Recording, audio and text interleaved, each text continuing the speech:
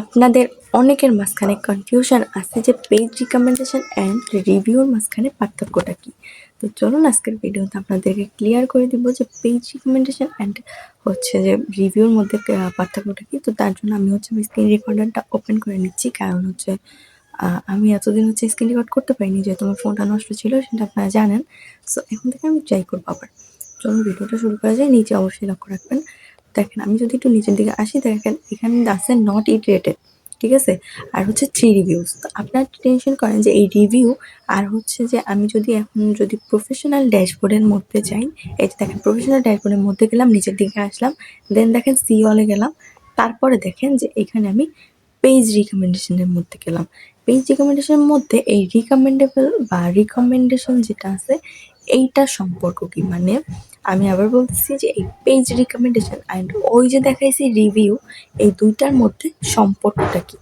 তো চলুন আজকের ভিডিওতে আপনাদেরকে অবশ্যই আমি এটা বলে দিব যে এই দুইটার মধ্যে কোনো সম্পর্ক আছে কি না, অ্যান্ড এটা কি। ওকে, তো চলেন ভিডিওটা শুরু করা যাক। যারা আমার চ্যানেলে নতুন, অবশ্যই চ্যানেলটাকে সাবস্ক্রাইব করে দিয়ে যাবেন, আর ভিডিও ভালো লাগলে অবশ্যই লাইক কমেন্ট শেয়ার করবেন। আর হ্যাঁ, চলুন আমরা আমাদের ভিডিওটা শুরু করি, বাকি কথা আমি লাস্টে বলবো। দেখেন এখানে আমি ফার্স্টে আপনাদেরকে দেখানোর জন্য আমার এই যে প্রোফাইল আইকনটা রয়েছে, আমি প্রোফাইল আইকনের মধ্যে ক্লিক করে দিব, ঠিক আছে। আমি আপনাদেরকে রেকর্ড করে দেখাচ্ছি, ওই আমার ইয়ার দিকে লক্ষ্য রাখবেন, আমি মার্ক করে আপনাদেরকে দেখাই দিচ্ছি। দেখেন এই যে প্রোফাইল আইকনের মধ্যে আপনারা জাস্ট ক্লিক করে দেবেন, দেন একটু নিচের দিকে যদি আপনারা আসেন, দেখতে পারবেন যে নট ইট রেটেড, ঠিক আছে, নট ইট রেটেড। এখন দেখেন যে 3 রিভিউস, মানে রিভিউ যে অপশনটা ছিল, আমি ওইটার মধ্যে ক্লিক করে দিছি। দেন দেখেন এখানে কিন্তু অনেকগুলা রিভিউ আছে। রিভিউ বলতে 3টা রিভিউ, তো অন্যান্য পেজে তো আরও অনেক বেশি রিভিউ থাকে, তো আমারটা না হয় 3টা, ঠিক আছে, সমস্যা নেই। তো দেখেন এখানে রিভিউগুলা কিন্তু দেওয়া আছে, এক একজন এক এক রকম রিভিউ দিছে। আপনার যদি আপনার পেজে একজন আসলো, যদি আপনার ভিডিওগুলো তার ভালো লেগে থাকে, সে কিন্তু চাইলে এখানে রিভিউ দিতে পারবে। রিভিউ দিলে আসলে কি হয়, রিভিউ দিলে শুনেন, রিভিউ দিলে আপনার পেজে রিচ বাড়ে।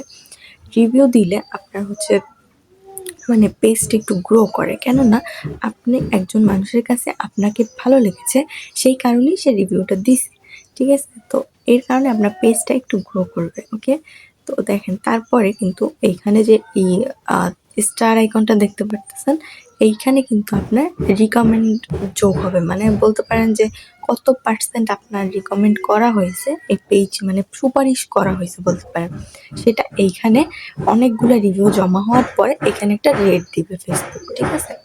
তো এইটা রিকমেন্ডেড রিভিউর কাজ, ঠিক আছে। রিভিউ কিন্তু অত্যন্ত দরকার একটা পেজের জন্য, কেননা আপনার পেজটা ভালো না খারাপ সেটা মানুষই রিকমেন্ড করবে। ওকে, তো এখন আমরা দেখি রিকমেন্ডেশনের কাজটা কি।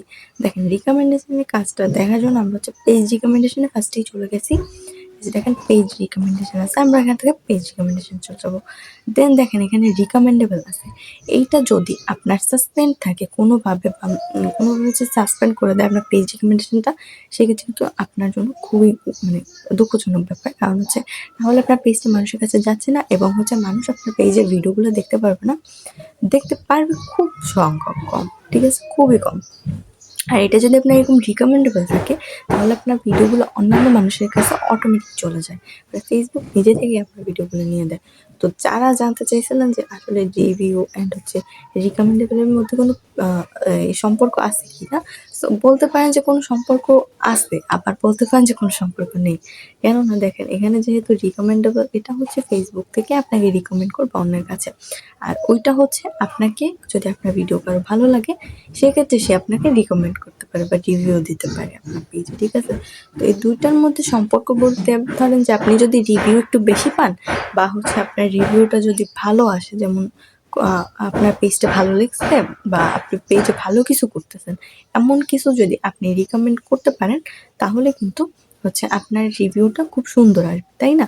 তো সেক্ষেত্রে আপনার কি হবে, যে আপনার পেজের রিভিউটা যেহেতু খুব ভালো আছে, সেক্ষেত্রে আপনার রিকমেন্ডটা গ্রিন হওয়ার খুব সম্ভাবনা থাকে। যদি সাসপেন্ডও হয়ে যায় রিকমেন্ডেশনটা, সেক্ষেত্রে আবার ঠিক হয়ে যাওয়ার সম্ভাবনাটা বেশি থাকে।